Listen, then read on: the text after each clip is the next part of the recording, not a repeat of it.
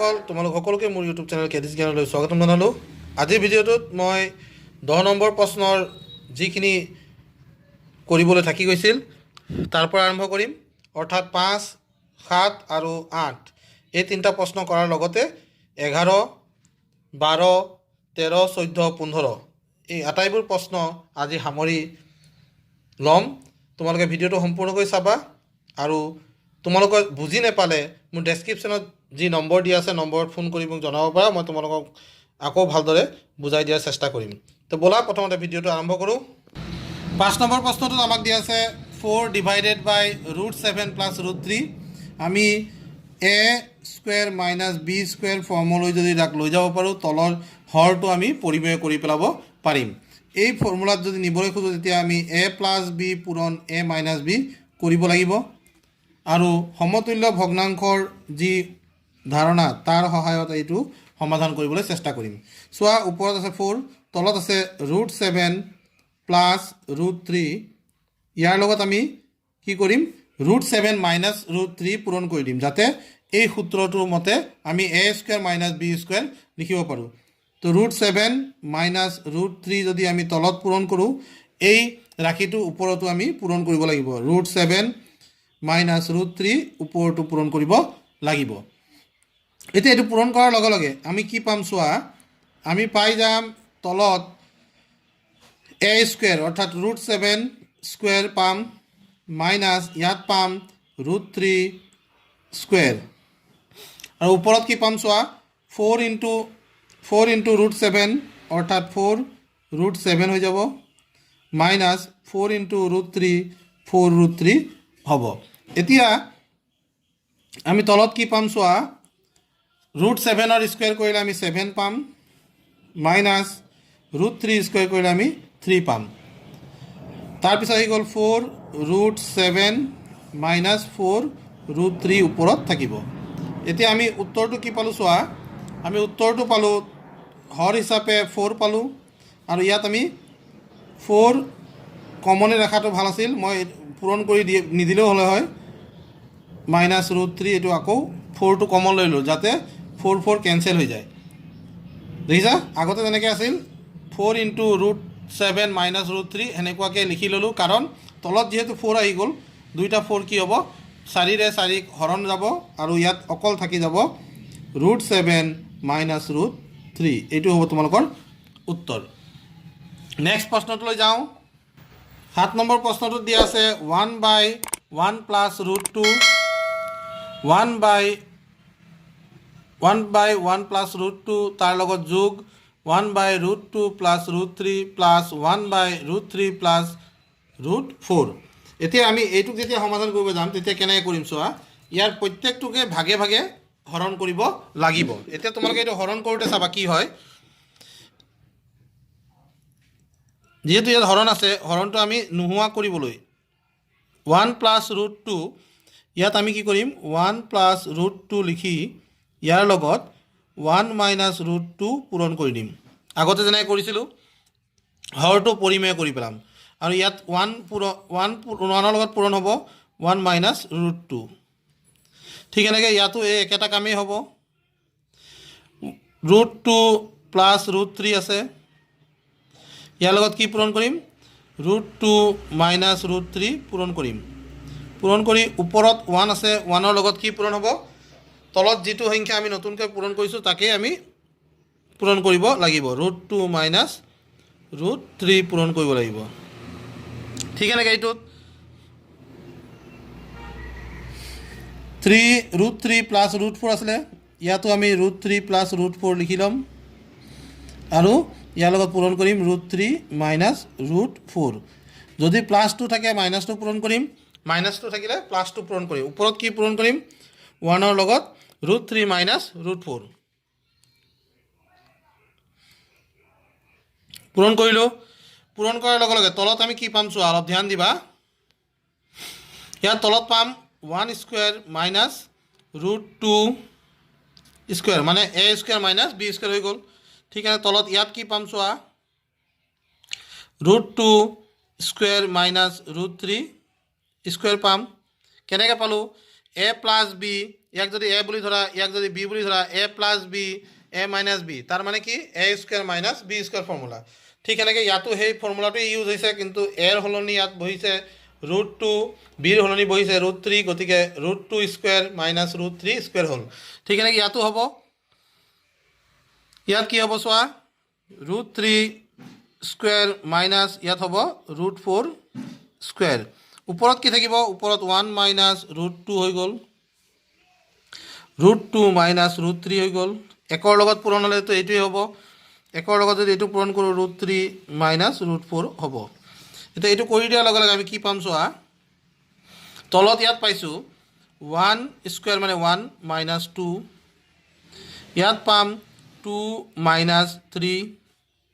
ইয়াত পাম 3 মাইনাছ 4, আৰু ওপৰত কি আছে 1 মাইনাছ √2 আছে, √2 মাইনাছ √3 আছে, ইয়াত √3 মাইনাছ √4, √4 মানে কি 2, 4ৰ বৰ্গমূল কিমান 2, আমি লিখি ল'লোঁ।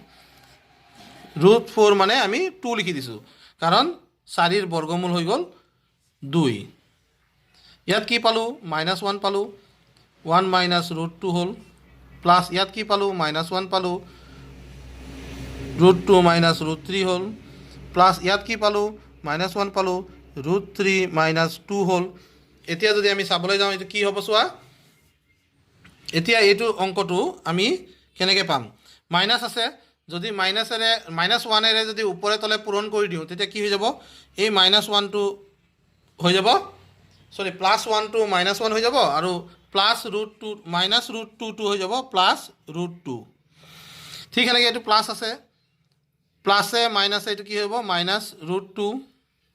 মাইনাছটো কি হৈ যাব, প্লাছ √3 হৈ যাব। ঠিক এনেকৈ এইটো প্লাছ আছে, প্লাছে মাইনাছে মাইনাছ হৈ যাব √3, মাইনাছে মাইনাছে এইটো কি হৈ যাব, +2। এতিয়া -√3 প্লাছ √3 কেঞ্চেল, -√2 প্লাছ √2 কেঞ্চেল। তাৰপিছত চোৱা, -1 থাকিল ইয়াত, আৰু ইফালে +2 আছে, 2ৰ পৰা 1 গ'লে কিমান থাকিব, 1, আৰু ইয়াৰ উত্তৰ হ'ব 1। এই গোটেই অংকটোৰ উত্তৰ আমি শেষত গৈ কি পালোঁ, 1 পালোঁ। অলপ ভালদৰে তোমালোকে চাবা, মই কেনেকৈ কি পদ্ধতিত অংকটো কৰিলোঁ, সেইটো দুবাৰমান চালে তোমালোকে ভালদৰে ধৰিব পাৰিবা। 8 নম্বৰ অংকটো চোৱা, কি দিয়া আছে, √a + x minus √a minus x divided by √a + x plus √a minus x। এই অংকটো কেনেকৈ সমাধান কৰিবা, ইয়াত যিহেতু ওপৰত কি দিয়া আছে, ওপৰৰ ৰাশিটো চাবা, ওপৰৰ ৰাশিটো আছে √a + x minus √a minus x, এইটো ব্ৰেকেটত লিখি দিয়া। তলত কি আছে, √a + x plus √a minus x। এতিয়া যদি এইটোক a বুলি ধৰা আৰু এইটোক b বুলি ধৰা, তেতিয়াহ'লে a + b,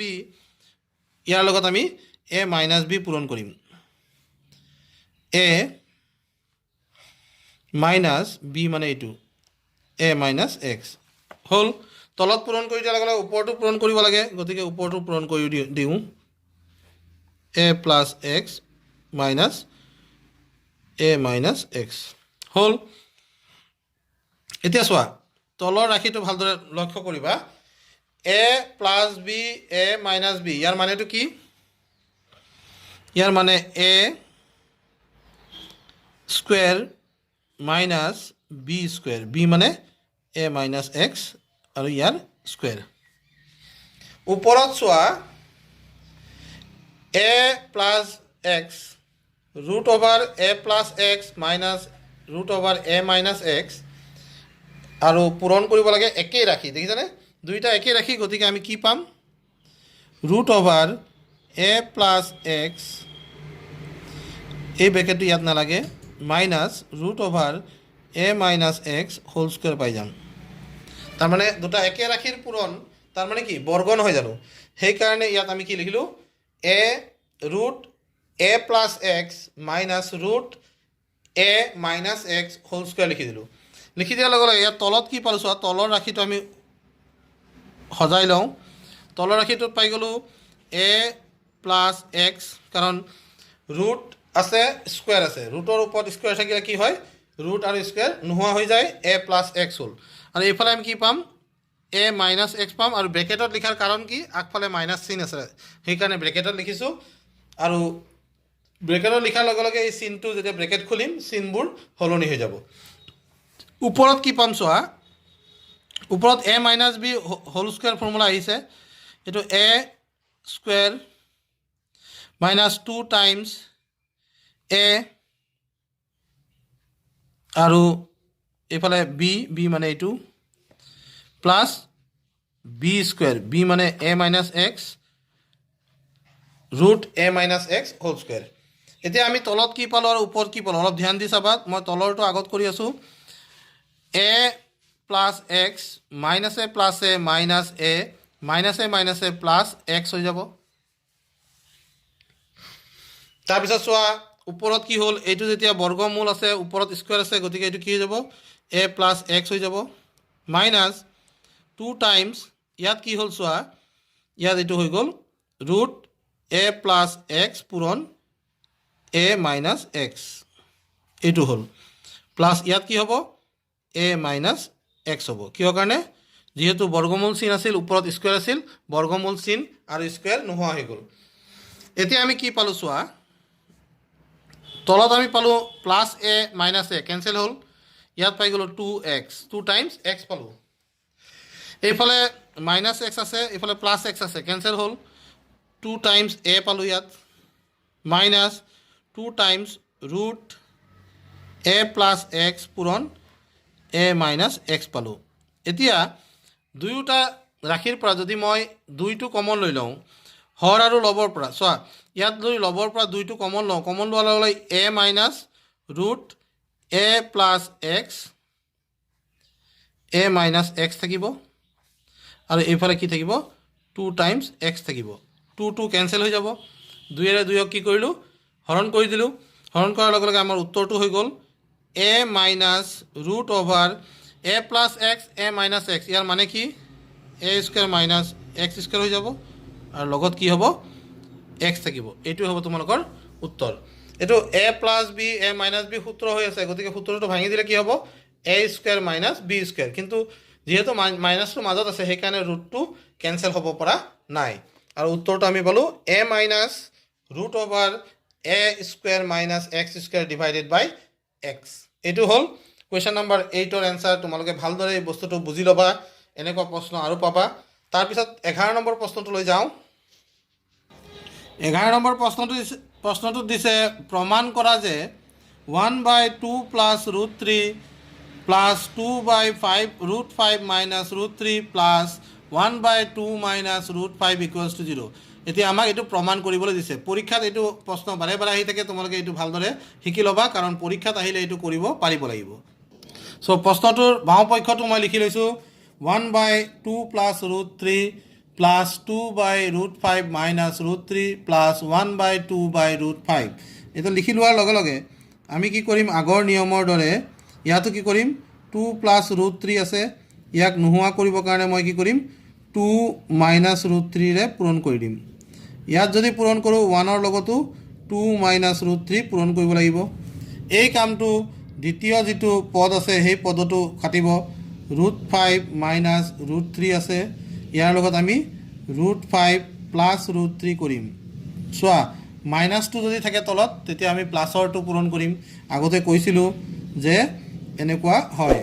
plus root 3 next 3 নম্বৰটোত কি আছে 2 মাইনাছ ৰুট 5 আছে ইয়াৰ লগত মই কি কৰিম 2 প্লাছ